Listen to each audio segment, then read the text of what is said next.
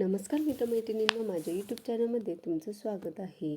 एक प्रश्न ना खूपच गोंधळ टाकणारा आहे, तो म्हणजे देवघराला दरवाजा किंवा पडदा असावा की नसावा. आता या बाबतीत ना अनेक वास्तुतज्ञांची मतंसुद्धा वेगवेगळी आहेत बरं का. म्हणजे काही जण म्हणतात की दरवाजा असायलाच पाहिजे, काही जण म्हणतात अजिबात असू नये. त्यामुळे आपण काय करायचं आहे, सामान्य माणसांनी हा आपल्यासमोर प्रश्न आहे आणि त्याच प्रश्नाचे उत्तर तुम्हाला आजच्या व्हिडिओत मिळणार आहे. तेव्हा व्हिडिओ शेवटपर्यंत नक्की बघा.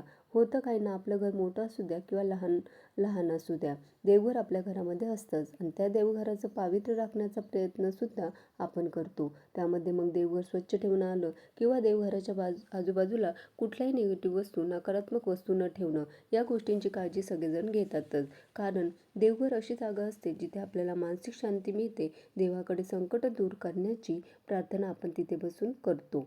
त्यामुळे देवघराची दिशा योग्य असणं महत्त्वाचं. देवघराचे जे वास्तूचे नियम आहेत ते पाळणंसुद्धा महत्त्वाचं.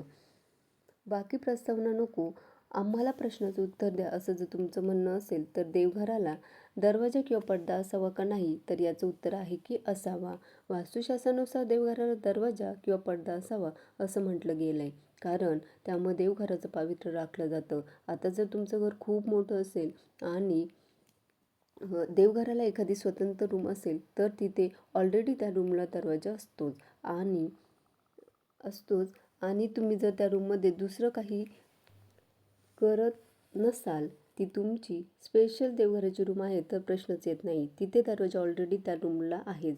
पण आपलं देवघर छोटं आहे, आपलं घर छोटं आहे, एका खोलीचं आहे, त्याच्यामध्ये छोटंसं देवघर आहे, तर तिथं दरवाजा लावणं खरं तर शक्य होत नाही. जागेची अडचण असते. अशा वेळी तुम्ही एक छोटासा सुंदर पडदा लावू शकता. पण तो पडदा लावताना काळजी घ्या.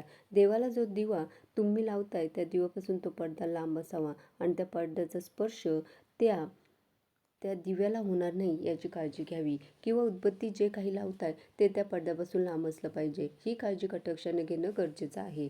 आता या व्यतिरिक्त काही जण म्हणतील की आमचं अगदी एकच खोलीचं घर आहे, छोटंसं आमचं देवघर आहे, तिथे ना आम्ही पडदा लावू शकतो. पडदा लावला तर दिव्याला लागण्याची भीती आहे, त्यामुळे आम्ही काय पडदाही लावू शकत नाही आणि दारही करू शकत नाही. तर जसं आहे तसं देवघर ठेवा. कारण की देवघराला तुम्ही पडदा नाही लावला किंवा दार नाही लावलं म्हणजे अनर्थ तुमच्या घरात होईल असं अजिबात नाही. देवघराचं पावित्र्य ठेवा म्हणजे झालं.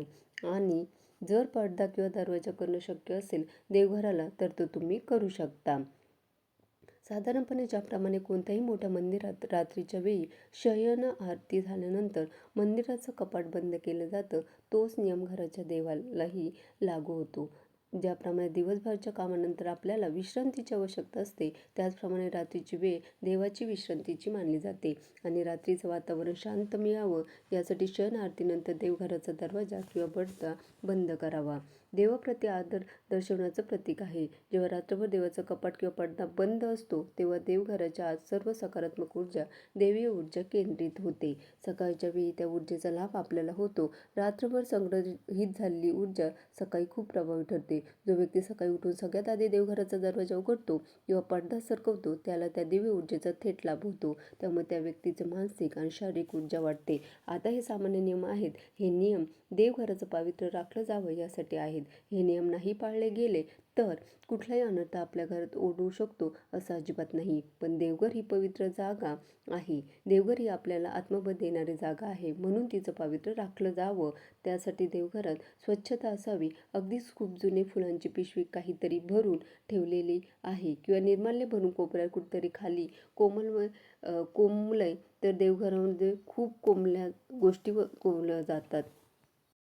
देवघराचं जे खालचं कपाट असतं किंवा देवघराच्या वरती काहींच्याकडे कपाट असतं तिथे खूप न लागणाऱ्या वस्तू कोंबल्या जातात. तसं न करता देवघरचं जे खालचं कपाट आहे किंवा जी जागा आहे ती स्वच्छ राहिली पाहिजे. त्यावर धूळ बसली नाही पाहिजे. सगळ्यात महत्त्वाचं ज्या वस्तू लागत आहेत तेवढ्याच थोड्याफार तिथे ठेवाव्यात. एकंदरीत त्या कोपऱ्यात तुम्ही गेल्यानंतर तुमच्या मनात प्रसन्नता आली पाहिजे, हा त्यामागचा हेतू आहे. जर तो कोपरा प्रसन्न असेल तर तिथे ईश्वराचा वास असेल हे लक्षात ठेवा. त्या कोपऱ्यामध्ये जेवढी सकारात्मकता तुम्ही साठवू शकता तेवढी सकारात्मकता तुमच्या घराला आणि तुम्हाला सुद्धा प्रगती करण्यासाठी किंवा तुमच्या आयुष्याचं कल्याण करण्यासाठी उपयोगी पडणार आहे. मित्रांनो, अशा आहे तुमच्या या प्रश्नाचं उत्तर तुम्हाला मिळालंच असेल किंवा काही जण म्हणतात दार किंवा पडदा असावाच, काही जण म्हणतात अजिबात असू नये. तर तुम्हाला जसं शक्य होईल तसं तुम्ही करू शकता. धन्यवाद.